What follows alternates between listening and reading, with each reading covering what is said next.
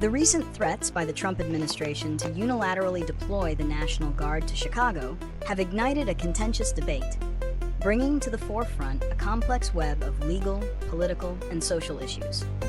This potential federal intervention, framed as a necessary measure to combat crime, is viewed by local and state officials as an unconstitutional overreach of power. The situation in Chicago serves as a critical case study illustrating the profound implications of federal interference on state sovereignty, public trust, and community safety. At its core, the issue stems from a fundamental conflict over jurisdiction and authority. The Insurrection Act of 1807 provides the legal basis for a president to deploy the military to suppress a rebellion or enforce federal law. However, the use of this power has historically been reserved for extreme circumstances, and crucially, has typically been done in coordination with or at the request of state governors.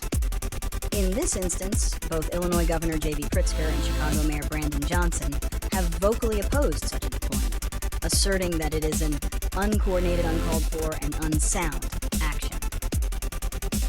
They point to the fact that Chicago's crime statistics have been improving, with significant year-over-year reductions in homicides, robberies, and shootings. Legal experts have also weighed in, citing the Posse Comitatus Act, which limits the use of the military for domestic law enforcement, and argue that a president cannot use the National Guard within a state for law enforcement without the governor's consent, especially when local law enforcement is not unable or unwilling to address the issue. The political ramifications of this conflict are significant.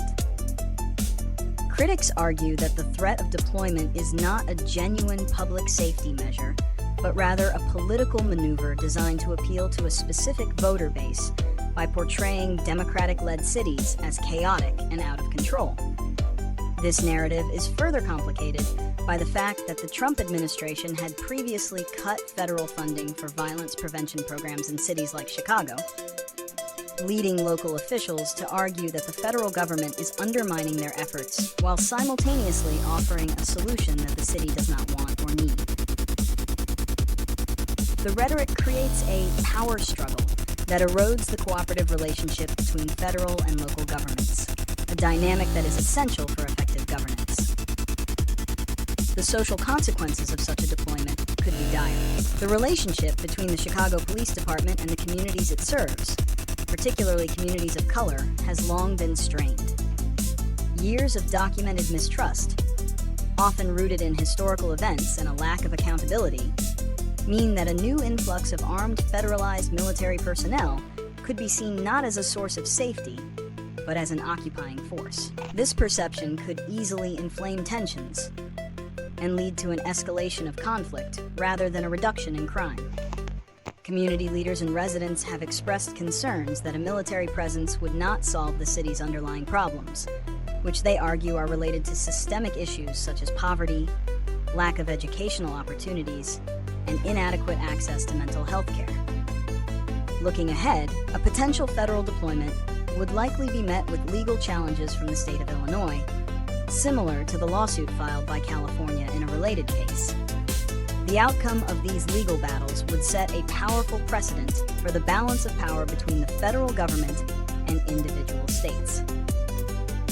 In the short term, the absence of communication between the White House and Chicago officials creates a preparedness gap, forcing local leaders to brace for a deployment without any clear guidance on how to integrate the federal troops with local law enforcement. This lack of coordination could lead to chaos and a heightened risk of public harm.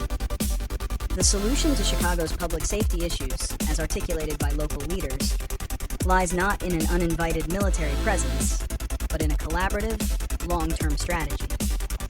This includes restoring federal funding for community violence prevention programs, investing in housing and social services, and continuing to build trust between law enforcement and residents.